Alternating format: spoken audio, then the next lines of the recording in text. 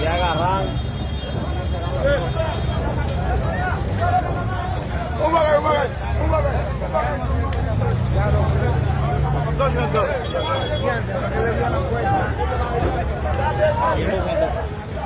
Sí, estaba hace rato por llevárselo.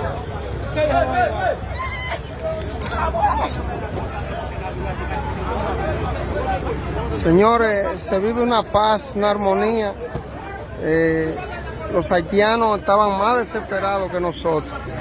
Los haitianos de clase media, baja, que viven del día a día, estaban detrás de esto.